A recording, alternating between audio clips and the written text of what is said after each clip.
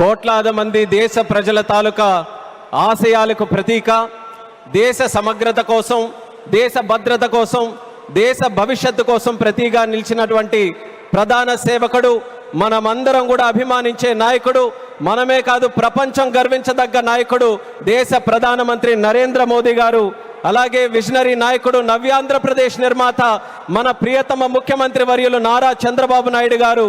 అలానే మన ఉప ముఖ్యమంత్రి వర్యులు, ఆయనకి పదవులతో పని లేదు, జనం కోసం నిత్యం జీవించేటటువంటి జనసేనాని పవన్ కళ్యాణ్ గారు, రాష్ట్ర గవర్నర్ గారు అబ్దుల్ నజీర్ గారు, అలాగే వేదికలు అలంకరించినటువంటి కేంద్ర మంత్రులు, అలాగే మన తెలుగు యువతకి ఒక ఆదర్శప్రాయమైనటువంటి నాయకత్వంతో ముందుకు నడిపిస్తున్నటువంటి సోదరులు నారా లోకేష్ అన్న గారికి, ఎంపీ కలిశెట్టి అప్పలనాయుడు గారికి, ఎమ్మెల్యే మాధవమ్మ గారికి, అలాగే ఇక్కడికి విచ్చేసినటువంటి ఎంతో మంది జనప్రతినిధులకి, ఇక్కడికి విచ్చేసినటువంటి నా ఉత్తరాంధ్ర సోదర సోదరిమల్ల అందరికీ కూడా నా హృదయపూర్వకమైనటువంటి నమస్కారాలు తెలియజేసుకుంటున్నాను.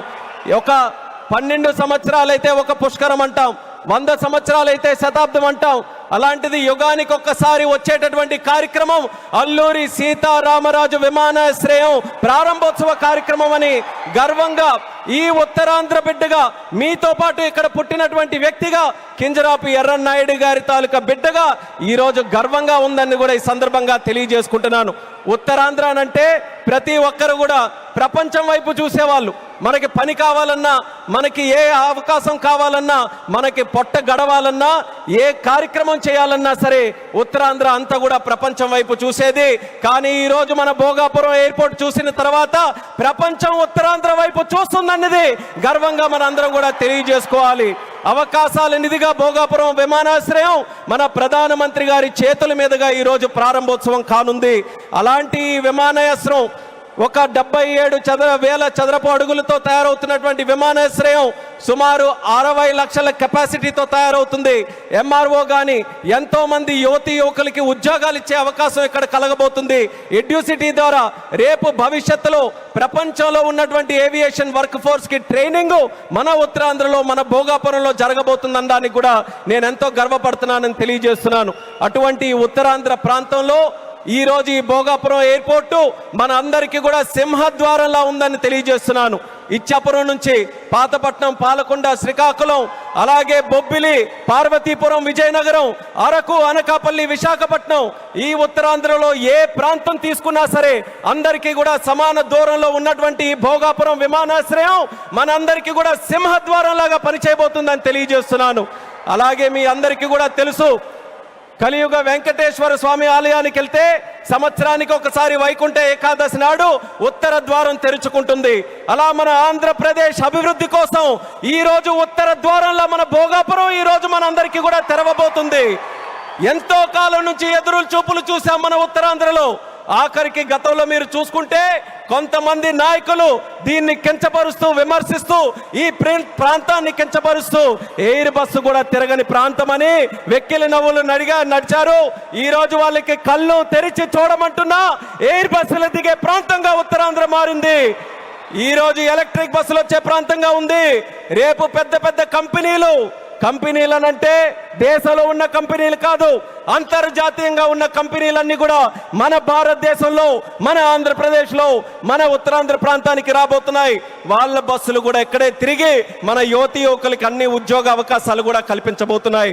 ఇలాంటి పవిత్రమైనటువంటి భూమి మన ప్రాంతంలో తీసుకుంటే ఒక పక్కన ఆధ్యాత్మిక ఆలయాలు శ్రీకూర్మం, శ్రీముఖలింగం, అరసవెల్లి, సింహాచలం, అలాగే రామతీర్థాలు, పైడితల్లి అమ్మవారు, ఇలా ఎన్నో పవిత్రమైనటువంటి దేవాలయాలు ఇక్కడ ఉన్నాయి.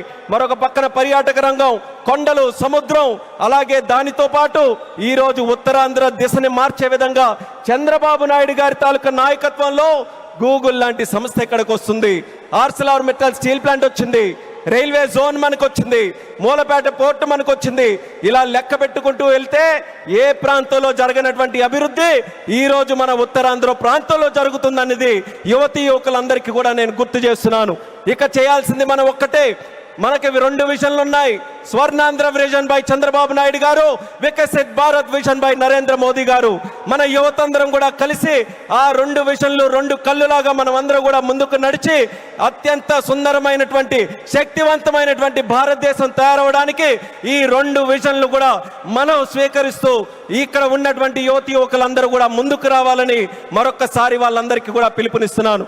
ఒక ఎయిర్పోర్ట్ ఎక్కడైనా నిర్మించామనంటే, నేను కేంద్ర మంత్రిగా అయిన తర్వాత ప్రధానమంత్రి గారి చేతుల మీదుగా సుమారు 16 ప్రాజెక్టులు ఇక్కడ ప్రారంభించాం భారతదేశంలో.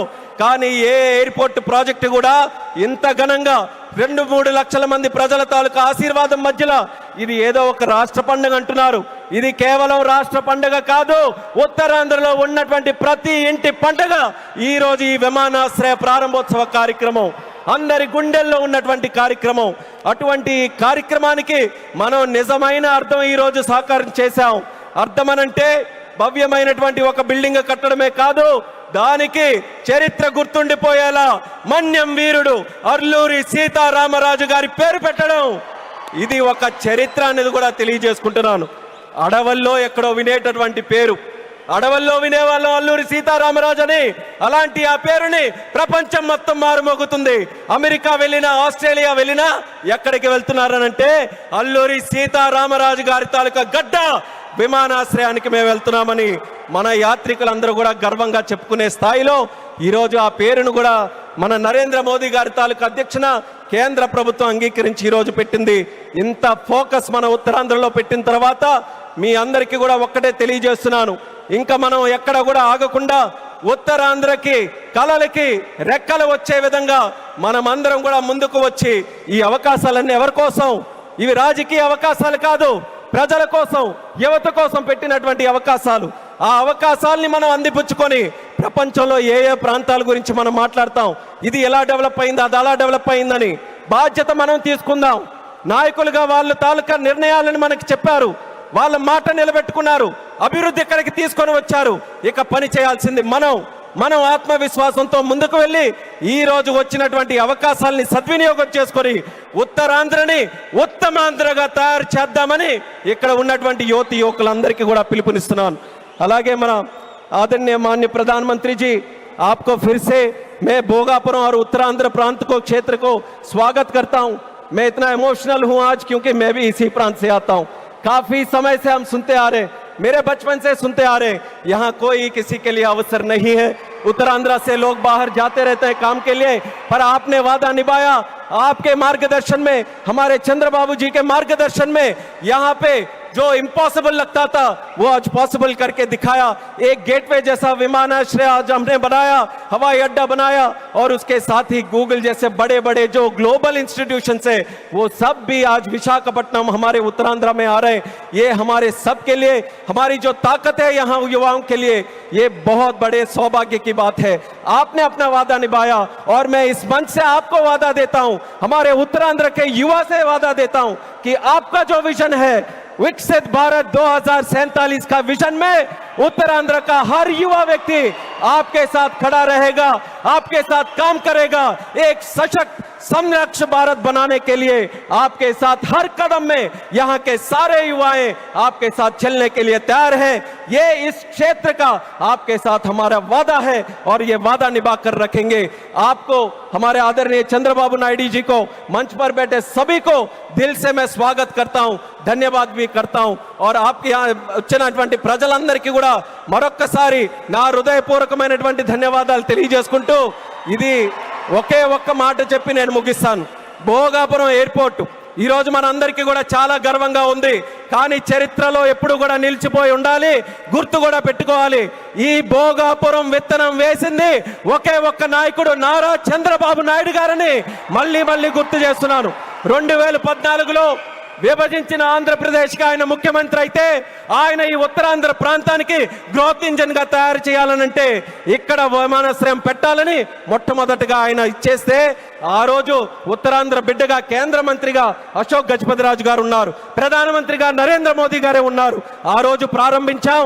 మళ్ళీ యాదృచ్ఛికమో దైవ నిర్ణయమో ప్రజా సంకల్పమో మళ్ళీ చంద్రబాబు నాయుడు గారు ముఖ్యమంత్రిగా ఉన్నప్పుడు నరేంద్ర మోదీ గారి చేతుల మీదుగా ప్రధానమంత్రిగా ఉంటూ మళ్ళీ ఉత్తరాంధ్ర బిడ్డగా ఈ రామ్మోహన్ నాయుడు కేంద్ర మంత్రిగా ఉన్నప్పుడు ఇది జరిగిందనంటే ప్రజల తాలూకా విశ్వాసం ఈ కూటమి ప్రభుత్వం మీద ఎంత బలంగా ఉందో ఈ విమానాశ్రయం దానికి ప్రతీక అనేది మళ్ళీ తెలియజేసుకుంటూ ఈ అవకాశం కల్పించిన ప్రతి ఒక్కరికి మరొక్కసారి నా తండ్రి గారు మరి స్వర్గీయ కింజరాపు ఎర్రనాయుడు గారికి కూడా ఈ వేదిక ద్వారా నమస్కరించుకుంటూ పెద్దలందరికీ కూడా నా తాలూకా ధన్యవాదాలు తెలియజేస్తూ ఇంత చక్కనైనటువంటి కార్యక్రమం ఏర్పాటు చేయడానికి దింసా నృత్యం చేసినటువంటి వాళ్ళకి అందరికీ కూడా మరొకసారి నా హృదయపూర్వక ధన్యవాదాలు తెలియజేస్తూ సెలవు తీసుకుంటున్నాను.